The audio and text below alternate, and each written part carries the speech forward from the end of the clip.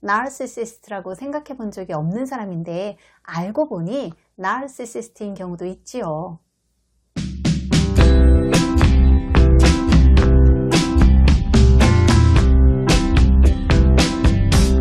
우리가 나르시시스트란 말을 편의상 자주 사용하고 있긴 하지만 어떤 사람에 대해서 나르시시스트다라고 규정 짓는 건 정말 조심해야 하죠. 때로는 나르 같은 느낌을 줄 뿐이지 사실 나르가 아닌 경우도 꽤 있거든요. 반면에 나르라고는 생각해 본 적이 없는 사람인데 나르인 경우도 있어요. 그러니 할 수만 있다면 나르에 대한 분별력을 키워놓는 게 필요하겠죠. 그래서 오늘은 알고 보면 나르인데 나르 같지 않은 평상시 모습 때문에 우리를 헷갈리게 만드는 미묘한 나르시시스트에 대해서 알아보려고 해요.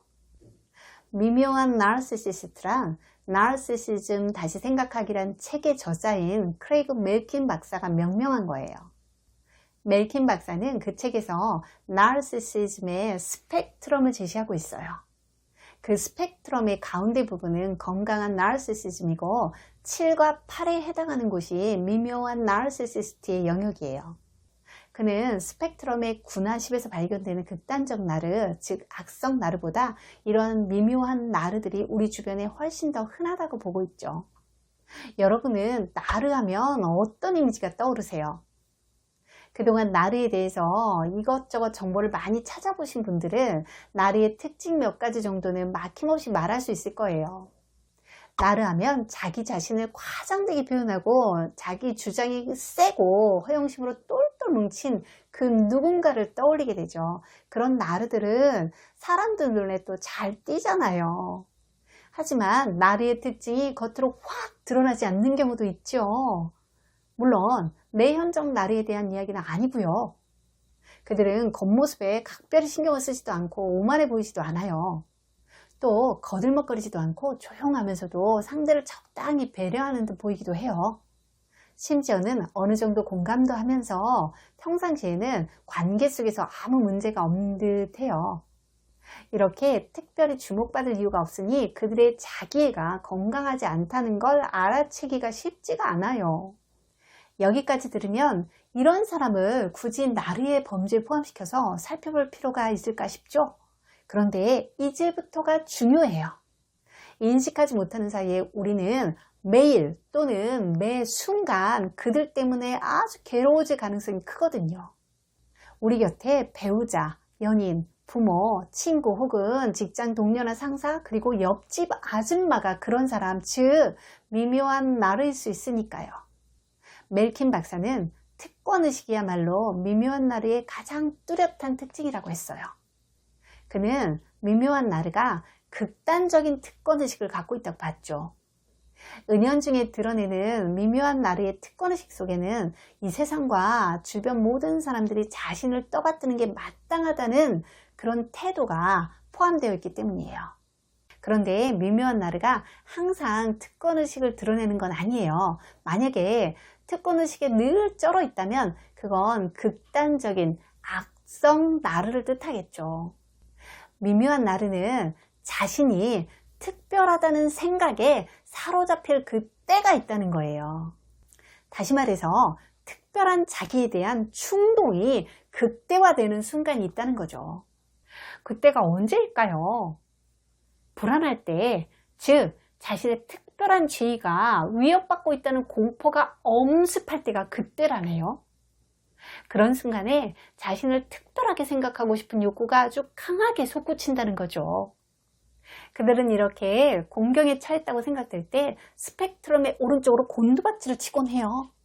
하지만 이런 공포가 밀려오기 전까지는 특권의식에 대한 욕구가 잘 드러나지 않아요. 미묘한 나르에게 있어 특별함에 대한 욕구가 강해지면 평소와는 다르게 일의 성과나 외모, 재능 그리고 모든 면에 있어서 다른 사람들보다 앞서는 게 아주 중요해져요. 그래서 사람들과 끊임없이 자기를 비교하면서 자신의 위치를 확인하려 들죠. 1등만을 추구하고 최고를 강조하는 우리 주변의 영향 때문에 보통 사람들도 숫자에 집중하는 경향이 있죠. 하지만 미묘한 나르의 순위에 대한 집착은 그 차원이 달라요.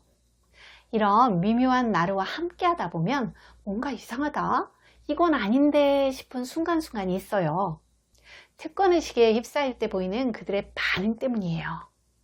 일단 미묘한 나르가 특권의식에 함몰되게 되면 이기는 게 매우 중요해져요. 그러다 보니 평상시에는 그러지 않았더라도 대화를 할 때 상대의 말을 잘 듣지 못해요. 그저 자신의 논리를 펼쳐서 상대를 제압하기 위해 상대가 말을 멈추기만을 기다리게 되죠.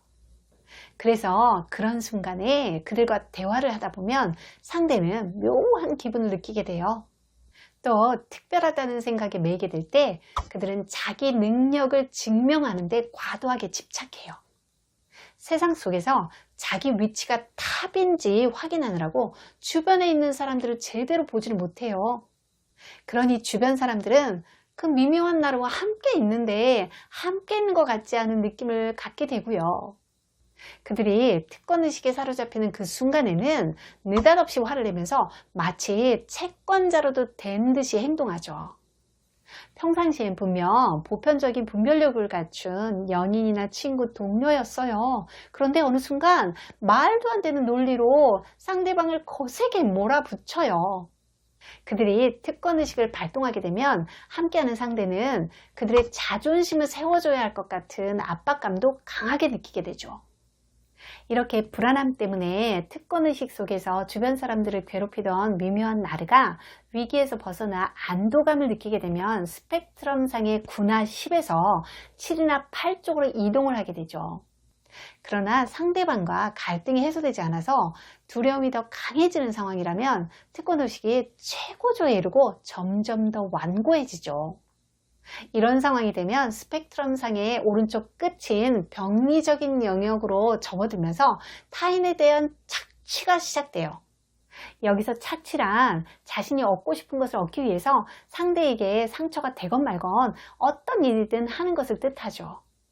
즉, 특권의식이 착취로 발전하게 되면 타인의 욕구와 감정 따윈 안중에 없게 되는 거예요. 미묘한 나르는 말 그대로 미묘해요. 그래서 진짜 모습이 드러나기 전까지는 그 실체를 제대로 알기 어렵죠. 그런데 우리 주변엔 극단적인 나르, 즉 악성 나르들만큼이나 미묘한 나르들이 꽤 있어요. 그러니 누군가와의 관계 속에서 뭔가 좀 이상하고 찜찜한데? 보편적이지 않아. 이런 생각과 느낌이 반복된다면 일단 조심하세요. 바로 그 사람이 미묘한 나르일 수 있으니까요. 상담심리사 뽀유였습니다.